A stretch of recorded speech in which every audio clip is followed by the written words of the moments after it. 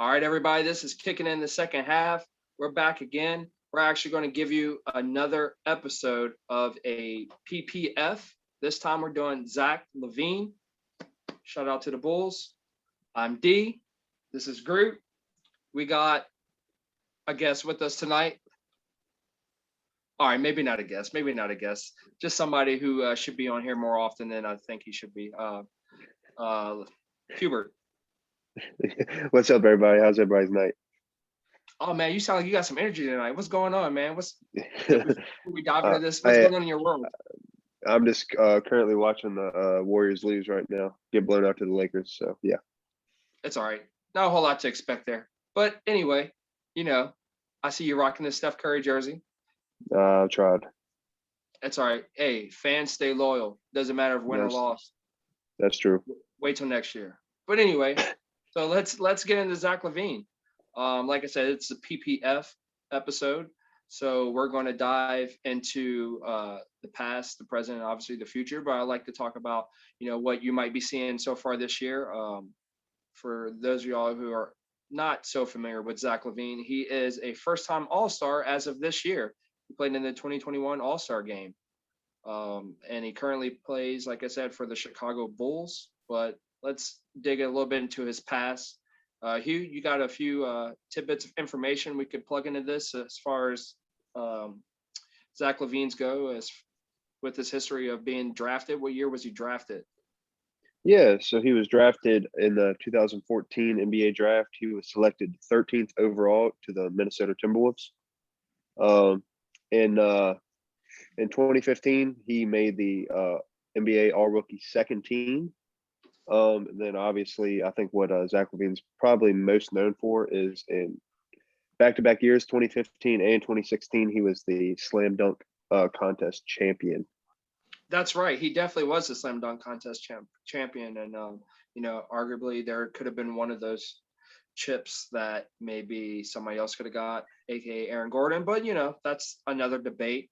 But just reviewing that, I think we had said on a actual previous podcast that if Zack Lavine had won the 3-point contest he participated in this year or last year, he would have been the first player to have won a 3-point contest and been a dunk champion as well. But still got some time left in his future to accomplish that if he wants to. But what else you got for us?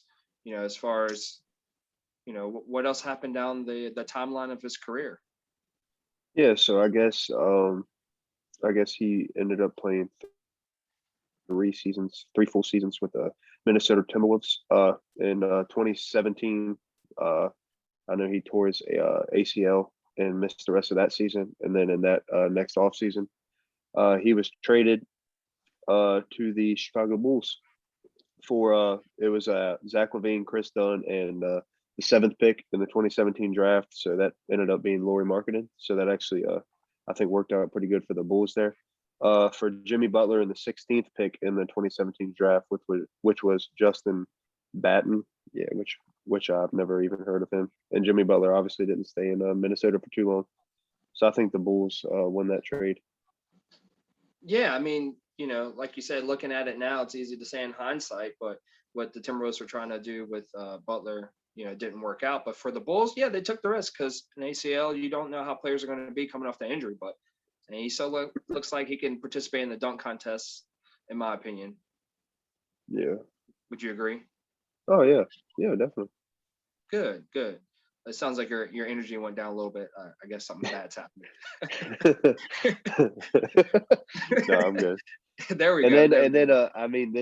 This year, as you said earlier, he was named a All-Star reserve, his first All-Star appearance. And actually, an interesting fact here: it's the first All-Star selection player that plays for Chicago since Jimmy Butler in 2017, the year that they were traded that offseason. So yeah, how ironic, kind of like a full circle of sorts with that tidbit of information. But yeah, like you said, he's a solo all-star for the Bulls right now, a young team that's trying to develop. But, like I said, this is his first all-star. What are your thoughts as far as his future? You think he can be a returning all-star? I mean, I felt like in my opinion last year, he could have been an all-star, but playing for a Bulls team, sometimes you don't get that recognition or that time to shine as far as national headlines when you play for a franchise like that. You really have to make a name for yourself for your stats to stand out sometimes, even though he's putting up decent numbers. Yeah, yeah. I could see Levine as a returning All Star. I can't see that. I think he's I think he's a hell of a player. To be honest, my issue is I don't I don't think he can carry the Bulls. In my opinion, I think he would be great to pair with another All Star, kind of like a Kawhi PG or like a Steph Clay or LeBron AD. I think if you pair him with another All Star, I You know think what? Chicago actually can be a legitimate threat at that point. I'm glad you mentioned that. So, I mean, you look at Chicago, maybe they have an option of either trading them and trying to get value back or add pieces. But Chicago, they kind of look like they're going the cheaper route as far as like, okay, we're going to add pieces as they come along through, Yeah, the draft and whatnot. So maybe adding another player of that caliber, like an all-star or superstar player, is just out of his control, and they're probably not going to go that way. So yeah, you had yeah. mentioned some teams where he could possibly play. I think Chicago personally, I think they have a good team. I think they have, like you said, a lot of the pieces. Obviously Laurie Marketing, Kobe White, Thaddeus Young, Wendell Carter.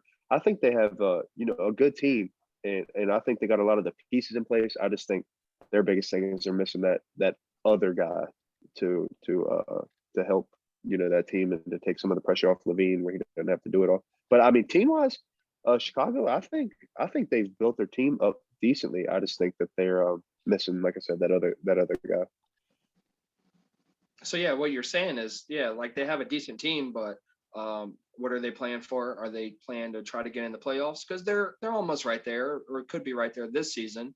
But long term wise, they still got a few years to go. They got some guys that need to mature as players and into their roles, and stay healthy as far as when it comes to their bigs and Market and Carter Jr. But yeah, they definitely got pieces to work with. But as far as Zach Lavine, you see him winning a title or winning a title there. They're like you're talking about.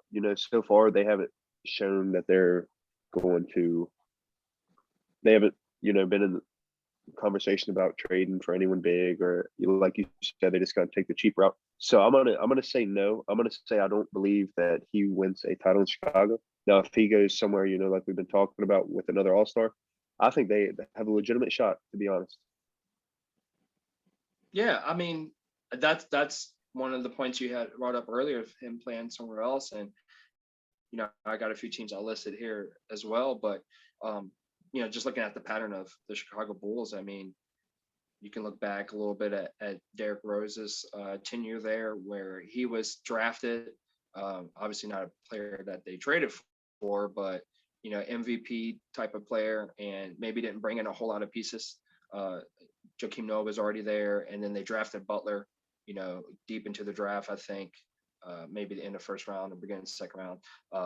Don't quote me on that, but yeah, they got him in there through the draft, and maybe the only pieces I can remember that they traded for was Pau Gasol. So not a big moves there as far as a team that was almost like a perennial playoff team, but just needed a little bit more to make it over the hump to go deeper in the playoffs or make it past like a conference finals, matchup. So yeah, I mean, we see that pattern continue a little bit here. So if Zach wants to win, or if the Bulls want to gain more pieces and maybe move on from them, then potential teams for me, just particularly thinking about the Eastern Conference, might be the Boston Celtics or the Miami Heat. Looking at how their rosters are constructed right now, if he went to Boston, that wouldn't be bad.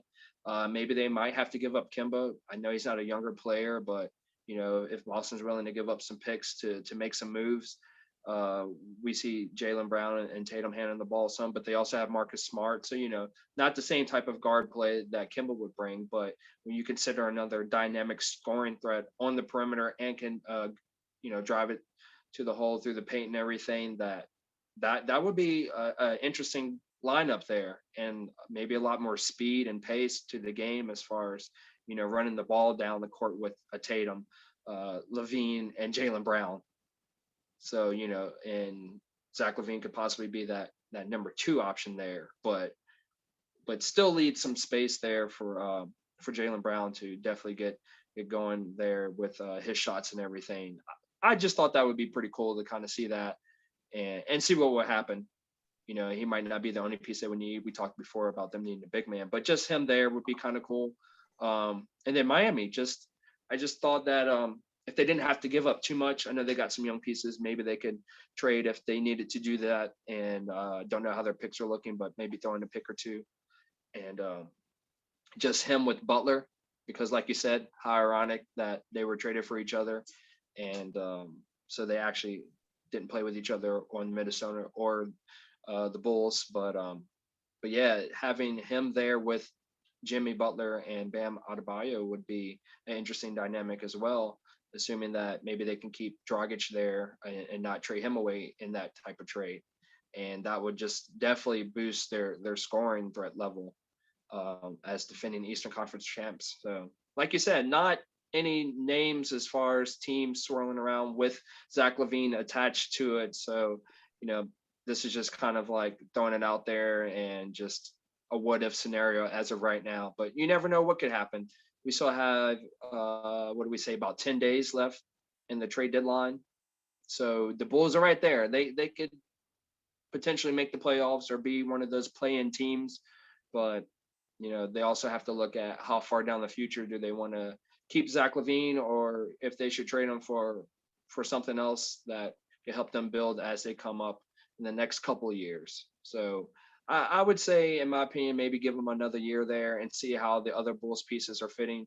Because Lauri Markkanen was one of the players that was kind of in the news as far as tradable pieces. So yeah, let's just see what happens there. You have any more you want to add to the Zach Lavine PPF episode?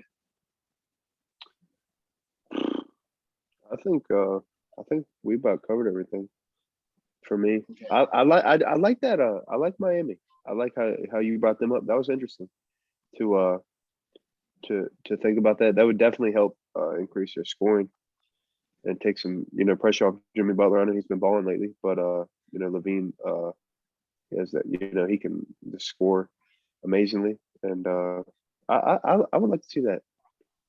Yeah, like I think said, out of the two you named, that would be the one I like the most. It's just something I'm throwing out. Like, yeah, there's nothing out there that I've seen, but yeah, why not? Just cool concept to think about. And if you're a Miami fan and you're listening to this, I'm sure you're probably like, oh yeah, let's do that for sure. Let's see how we can make that trade. But in all realism, I think it's something that could possibly be pulled off. So last quick shout outs. You want to shout out to the Warriors? Go ahead. Do I want to shout out to the Warriors? Yeah, sure. Why not? You're a fan. How much we're are y'all actually down? We're down 27 right now.